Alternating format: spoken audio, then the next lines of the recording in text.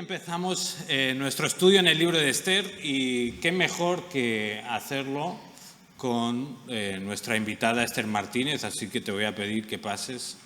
¿No? No le había dicho nada, perdón Esther, no te asustes. No, es Esther, pero no es Esther Martínez, es Esther la de la Biblia. Os pido que busquéis en vuestra Biblia el libro de Esther.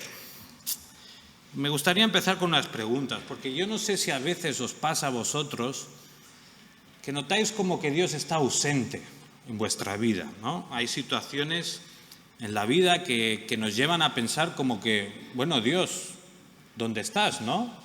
Quizás es la falta de trabajo, quizás son problemas familiares, una enfermedad inexplicable.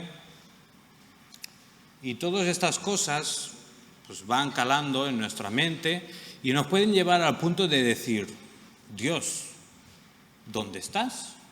¿Verdad? A veces incluso puede ser en la iglesia, ¿no? Que iglesias pasen por problemas, que haya conflictos entre hermanos, que haya problemas que se van acumulando y uno puede pensar, ¿es que Dios no está entre su pueblo? ¿Es que Dios no está aquí? El libro que empezamos hoy, en algunos momentos parece que nos lleva a pensar de esa manera, ¿no? ¿Dónde está Dios? ¿Está actuando? ¿Está en medio de su pueblo? El domingo empezábamos con Filipenses, hoy empezamos con Esther. Y la verdad es que Esther es un libro curioso, es interesante. Esther es como un culebrón de estos de media tarde, pero bueno. O sea, tiene personajes interesantes, tiene giros inesperados, tristeza, alegría, o sea, lo tiene todo. Y lo vamos a ver en estos 10 capítulos que vamos a ir estudiando. Y brevemente introducimos el libro de Esther. Sabéis que narra unos eventos sucedidos en la época posterior al cautiverio babilónico. Probablemente entre el año 486 y 465 a.C. Estos eventos suceden bajo el reinado del rey Asuero, también conocido como Jerjes I, en el Imperio Persa, que en esa época el Imperio Persa era como la potencia nacional, es como si ahora Rusia, China y Estados Unidos fueran un imperio, pues el Imperio Persa era tremendo, era lo más grande que había. ¿Qué pasaba? Que en el Imperio Persa aún quedaban algunos judíos que no habían vuelto a Jerusalén, que quizá por su situación se encontraban bien, estaban estables, quizá les iba bien económicamente y pensaron, pues, ¿para qué vamos a volver a Jerusalén? Nos quedamos aquí, que ya estamos establecidos. Puede ser que fuera este tipo de personas las que todavía se encontraban en el Imperio Persa, aquí en el libro de Esther. Pero veremos que aun estando bien, aun estando estables, el pueblo de Dios pasó por momentos complicados en esa época y pasó peligros que incluso le llegaron a dudar, ¿no?, de si podía seguir existiendo como pueblo. Algo curioso del libro de Esther es que el nombre de Dios no se menciona en ningún lado. Podéis repasar los 10 capítulos, ir palabra por palabra y veréis que ni Dios, ni Yahvé, ni el Señor, ninguno de estos nombres aparece en ningún lado. Y en algunos momentos los protagonistas de la historia parece o pueden pensar, ¿no?, que realmente Dios no está, ¿no? Como no se le ve en el primer plano, no se entiende qué está haciendo y los protagonistas pueden pensar, ¿dónde está Dios en este momento? Y leyendo el libro, uno puede pensar, oye, ¿y Dios no está aquí? ¿No está participando de los hechos? ¿Cómo es que nadie le menciona? Empezamos hoy con los 9 primeros versículos de Esther y, como vemos, aunque no se menciona a Dios en el libro, lo que vamos a ir viendo es que Dios está presente. Aunque no se nos diga exactamente qué es lo que está haciendo en cada momento, desde el capítulo 1 hasta el capítulo 10 vamos a ver cómo Dios está actuando y trabajando en segundo plano, entre bastidores. Hoy vamos a ver cómo Dios aparece desde el principio de la historia. Fijaos en los primeros 9 versículos del capítulo 1 de Esther.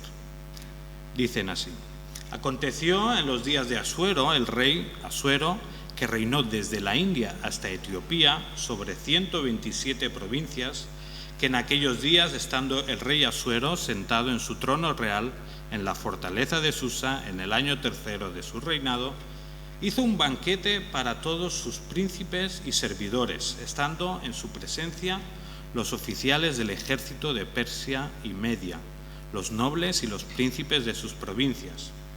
Y él mostró las riquezas de la gloria de su reino y el esplendor de su gran majestad durante muchos días, 180 días.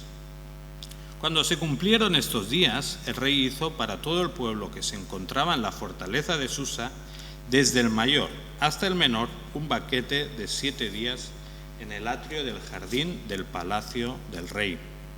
Había colgaduras de lino blanco y violeta sostenidas por cordones de lino fino y púrpura en anillos de plata, y columnas de mármol, y lechos de oro y plata sobre un pavimento mosaico de pórfido, de mármol, de alabastro y de piedras preciosas. Las bebidas se servían en vasijas de oro de diferentes formas, y el vino real abundaba conforme a la liberalidad del rey. Y se bebía conforme a la ley, no había obligación, porque el rey así había dado órdenes a todos los oficiales de su casa para que hicieran conforme a los deseos de cada persona. La reina Vasti también hizo un banquete para las mujeres en el palacio que pertenecía al rey Asuero. En estos versículos se nos presenta a un rey muy poderoso, un rey con un imperio muy amplio, miles y miles de personas bajo su soberanía. Asuero, por decirlo de alguna manera, era el rey del mundo.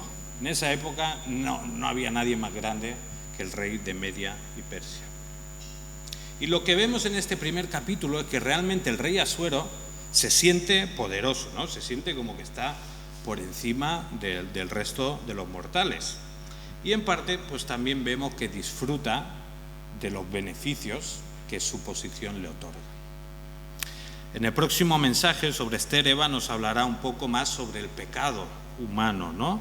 Que vamos a ver en estos primeros capítulos. Pero hoy nos vamos a centrar en otro tema, que es el tema de la gracia común. Luego iremos entendiendo un poco más de qué se trata. Pero lo que vamos a ver desde el primer capítulo de Esther es que Dios está presente en esta historia.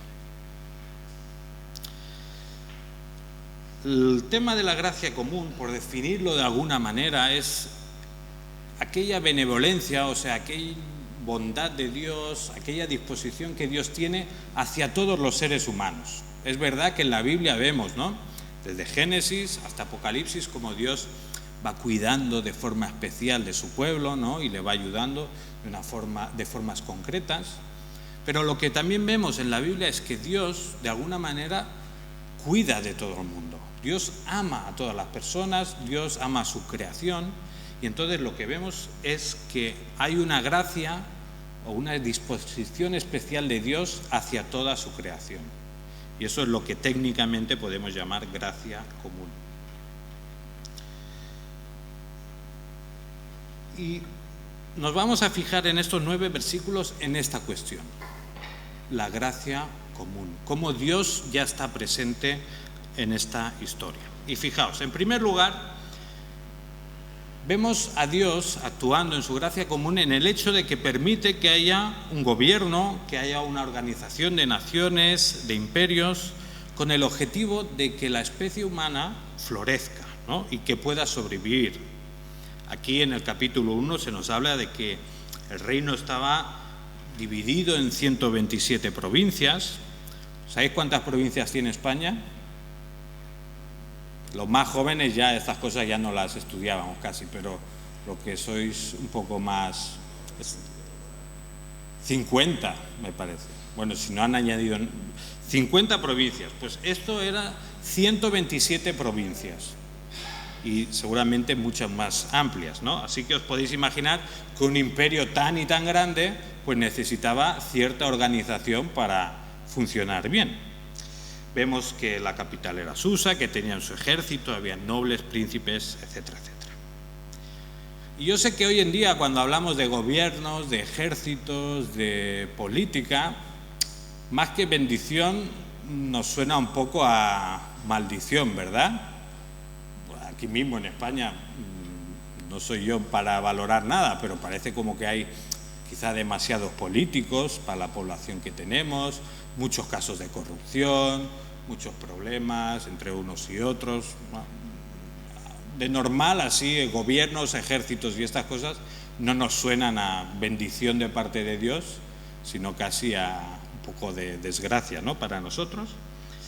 Pero el hecho de que estas cosas no funcionen bien no significa que no sean una bendición de parte de Dios. Fijaos lo que dice Romanos 13:1. Dice: no hay autoridad que Dios no haya dispuesto, así que las que existen fueron establecidas por Él. Más tarde nos dice que estas estructuras de gobierno, estas autoridades están puestas para, por un lado, el bien de la población, y están también para castigar y para impartir justicia a los que hacen lo malo. O sea, ese realmente es el trabajo de los gobiernos: fomentar lo bueno y castigar lo malo. Pero en sí, un gobierno o una organización de un país no es algo malo, sino que es un regalo, es parte de la gracia común de Dios. Y aunque a veces nos parezca que no funciona del todo bien, eso no quita que Dios está presente en su gracia a través de la organización de los pueblos, de las naciones, que lo que tienen que hacer es trabajar para que los seres humanos sigamos sobreviviendo y viviendo mejor. Así que, en primer lugar, vemos la gracia común de Dios en el hecho de que existan estos gobiernos. En segundo lugar, observamos la gracia común de Dios en su provisión material para el ser humano, ¿no?, especialmente en lo que es relativo pues a la alimentación, ¿no? Aquí se nos habla en los primeros versículos de un banquete de 180 días. Ahora, yo he ido a casas donde a los 20 minutos, con toda la comida que me han servido, ya estoy a reventar, ¿verdad? Otras casas no, pero hay algunas que a los 20 minutos ya no puedes más. Ahora, ¿os imagináis un banquete de 180 días? Bueno, seguramente no estaban ahí los 180 días, sino que el rey sí, el rey estaría por ahí, pero la gente iba viniendo, yendo, volviendo a sus trabajos, ahora subo, ahora bajo, ¿no? Pero aquí vemos que hay banquetes. De hecho, la palabra banquete en el libro de Esther aparece como unas 20 veces o así. El libro casi se podría llamar de banquete en banquete y bebo porque me toca, porque es que casi en cada capítulo veremos banquetes, banquete aquí, banquete allá. O sea, es un libro muy para banquetes. Ahora, también vemos en estos versículos, ¿no?, que el imperio pues tenía sus riquezas, tenía sus copas de oro, tenía esplendor y majestad, se dice. El vino real abundaba conforme a la liberalidad del rey.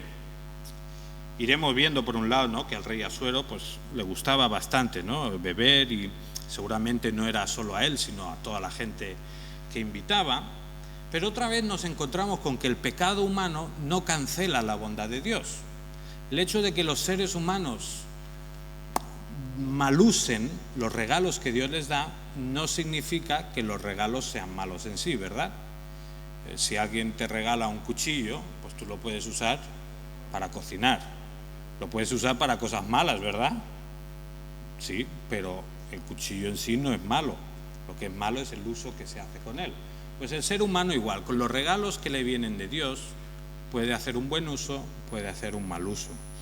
Y en este caso, pues los banquetes servían por un lado, ¿no?, para alimentar a la gente, pero también daban lugar a otras cosas no tan buenas. Lo que sí que vemos es que Dios provee de recursos para que el ser humano pueda sobrevivir y sostenerse. Y aún así nos planteamos, bueno, sí, Dios provee, ¿no?, de alimentos, de comida para el ser humano, y vemos las noticias y vemos que el hambre sigue creciendo en todo el mundo. Vemos que cada vez hay más países con escasez, cada vez hay más problemas de distribución de alimentos. Ahora mismo, aquí hoy en día, los alimentos siguen subiendo de precio, cada vez es más difícil conseguirlos. Y podríamos decir, ¿es que Dios quizá no es tan bondadoso como pensábamos? Algunos se lo plantean.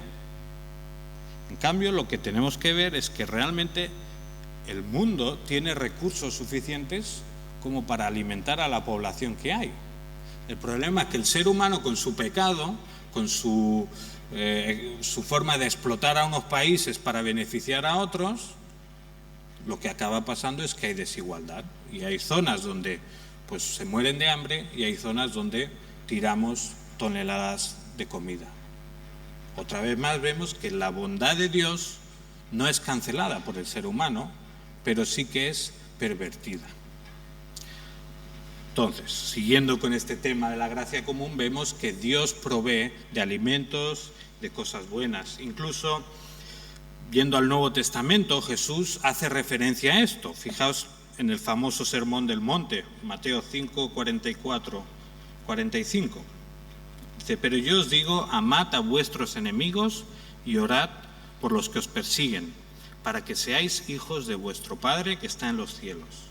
Porque Él hace salir su sol sobre malos y buenos, y llover sobre justos o injustos.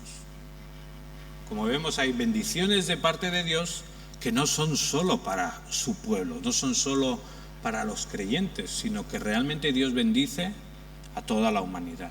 Y eso es la gracia común.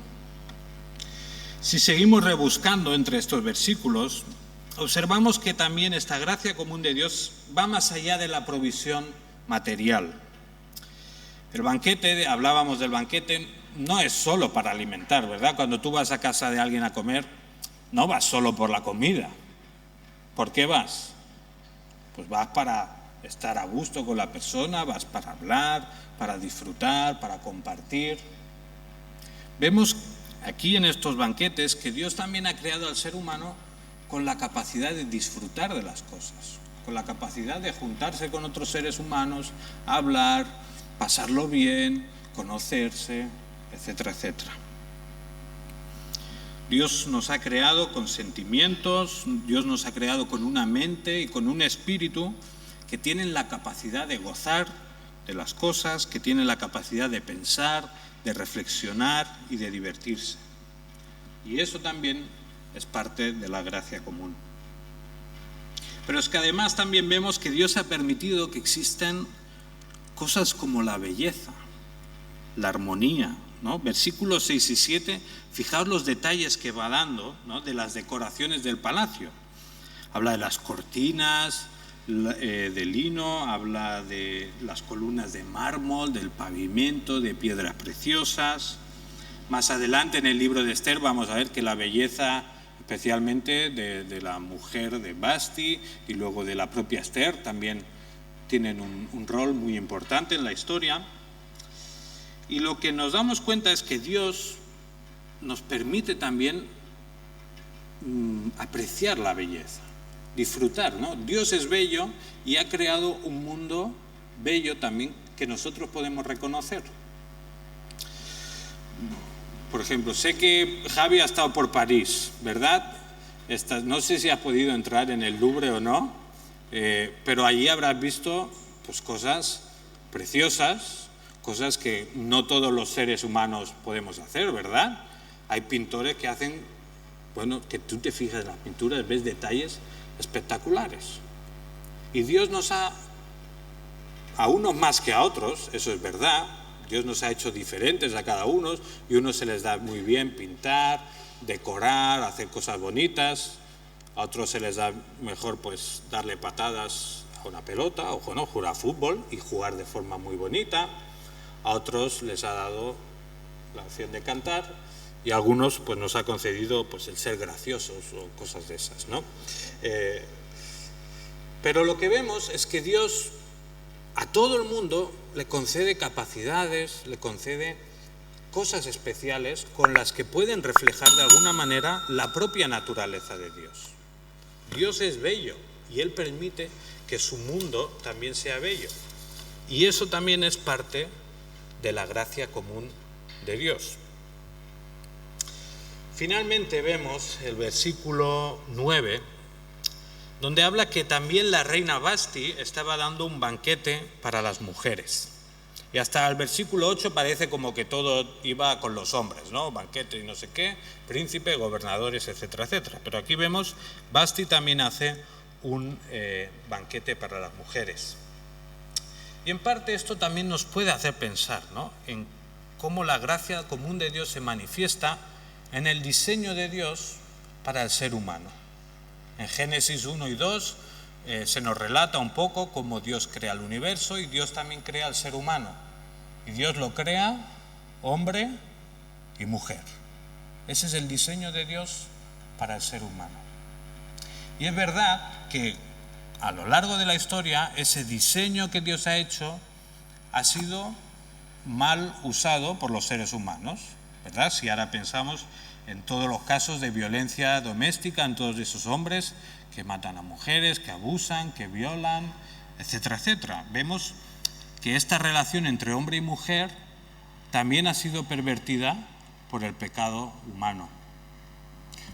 Incluso en las iglesias, durante muchos años y épocas, también la relación entre hombre y mujer pues se ha malentendido, se ha llevado a extremos que no se tiene que llevar, se ha pervertido y ha pues causado también muchos problemas. Una vez más, el pecado humano ha ido pervirtiendo lo que Dios ha hecho bueno desde un principio. Pero, como seguimos insistiendo, el pecado humano no puede anular la bondad de Dios. Y en días como los que corremos hoy, pues es importante que como iglesia y como creyentes y como pueblo de Dios, pues digamos claramente que el diseño de Dios para el ser humano, de hombre y mujer, es bueno. O sea, no es algo de los que nos tengamos que avergonzar, no es algo que tengamos que esconder, sino que realmente es bueno que haya hombre y que haya mujer. Acabamos ya pensando en que estos primeros 9 versículos de Esther nos llevan a pensar en esta gracia común de Dios, ¿no? Que aunque puede ser que no sea muy evidente para las personas, nosotros como creyentes no podemos ignorar todos los dones y todos los regalos que Dios nos hace, no solo a nosotros, sino a todo el mundo. Y teniendo esta cuestión en mente, podríamos pensar en 2 aplicaciones bastante sencillas, ¿no? Por un lado, si Dios bendice tanto a los que son su pueblo y a los que no son su pueblo, ¿qué tendríamos que hacer nosotros? Pues también, ¿no? Bendecir a la gente que es de su pueblo, pero también bendecir a otros.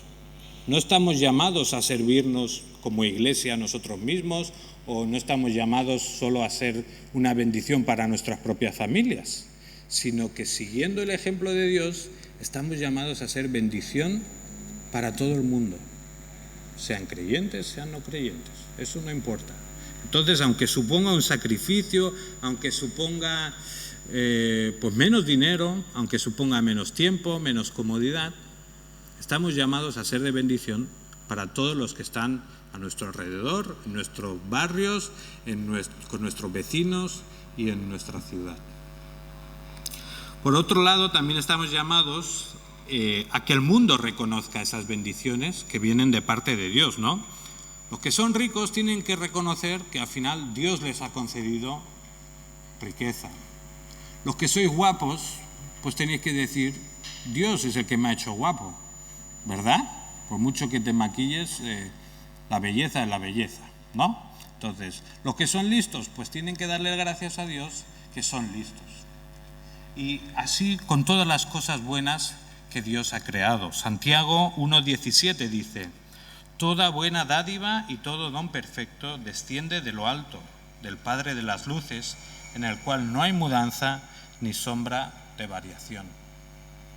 Tenemos el llamado como iglesia a decirle a este mundo: todo lo bueno que existe viene de parte de Dios.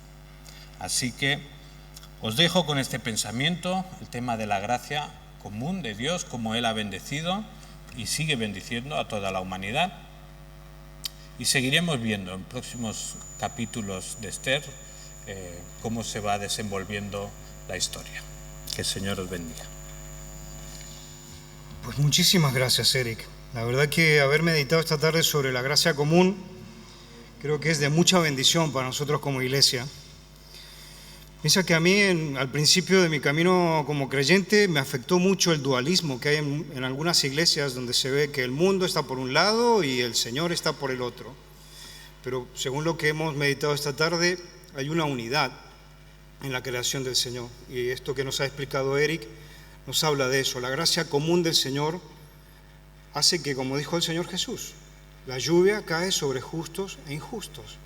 Por lo tanto, como dice aquí Pablo y leíamos en nuestra introducción, ¿no? Dice: orad sin cesar. Vamos a reaccionar a lo que nos ha comentado Eric. Vamos a orar al Señor pidiéndole que nos ayude a aferrar esta enseñanza de esta doctrina.